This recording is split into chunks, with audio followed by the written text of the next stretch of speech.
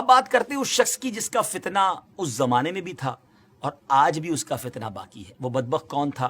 مرزا غلام احمد قادیانی. یہ 1839 یا 1840 عیسوی میں پیدا ہوا اور 1886 میں مرزا نے اپنی نبوت کی بنیاد رکھنا شروع کی، جو کہ جھوٹے اور عجیب و غریب من گھڑت الہام اور کشف وغیرہ پر مبنی تھی، جو کہ آج بھی اس کی بدنام زمانہ کتاب براہین احمدیہ میں موجود ہے.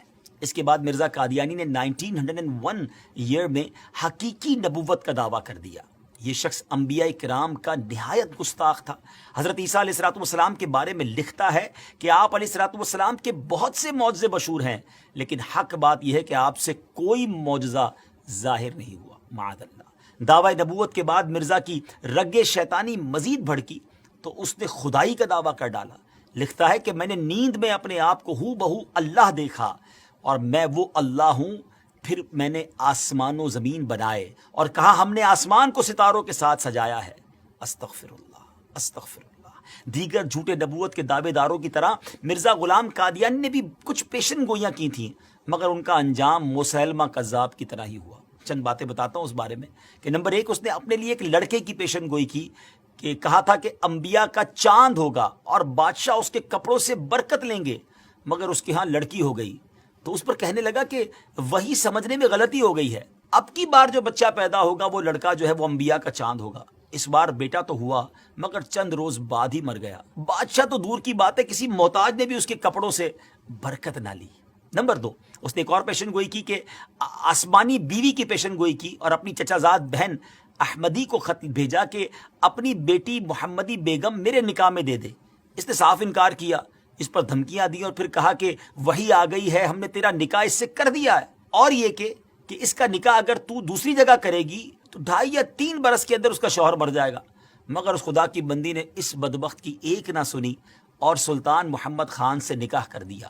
وہ آسمانی نکاح دھرا کا دھرا ہی رہ گیا، کچھ بھی نہ ہوا، وہ شوہر نہ مرا اور نہ کچھ اور ہوا. اللہ اکبر. ناظرین، جھوٹوں کا یہی انجام ہوتا ہے. بہرحال مرزا غلام احمد قادیانی نے قانون کا امتحان دیا، لاء کا امتحان دیا، ٹیسٹ دیا، مگر فیل ہونے پر تعلیم سے اس کا دل اچاٹ ہو گیا.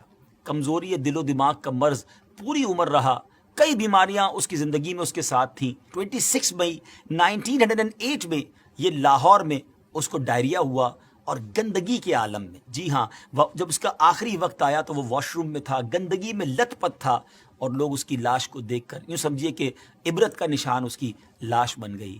ناظرین، یہ ہے جھوٹے نبی کا انجام. ہم سب کو یقیناً یہ یقین ہے، ہمارا ایمان ہے کہ ہمارے آقا علیہ الصلوۃ والسلام ہی آخری نبی ہیں، اور خود نبی پاک علیہ الصلوۃ والسلام نے جو فرما دیا لا نبی بعدی، میرے بعد کسی نبی نے نہیں آنا، اور یہی ہمارا ایمان، یہی ہمارا بلیف ہے. لیکن ایک بات یاد رکھنی ہے کہ اس طرح کے دعوے کرنے والے، اس طرح کی جرت کرنے والے، اس طرح کا کلیم کرنے والے لوگ اور بھی آئیں گے، کیونکہ علماء کرام نے نبی پاک علیہ الصلوۃ والسلام کی احادیث سے جو ایکسٹریکٹ کیا ہے، جو شرح بیان کی ہے، وہ یہی ہے کہ قیامت سے پہلے اور بھی نبوت کے دعوے دار آئیں گے. ہو سکتا ہے اس دور میں، ہو سکتا ہے کچھ دنوں کے بعد یا کچھ سالوں کے بعد، لیکن مسلمانوں کا شروع سے یہ عقیدہ رہا کہ ان جھوٹے دعوے داروں کی طرف کوئی توجہ نہیں کرنی. ہم سب کا عقیدہ، ہمارا بلیف اتنا مضبوط ہونا چاہیے، اور ہے الحمدللہ کہ ہمارے آقا علیہ الصلوۃ والسلام ہی آخری نبی ہیں. کیا خوبصورت قرآن پاک کی سورہ احزاب کی آیت نمبر 40 ہے نا. اللہ تعالیٰ قرآن مجید میں کیا ارشاد فرماتا ہے؟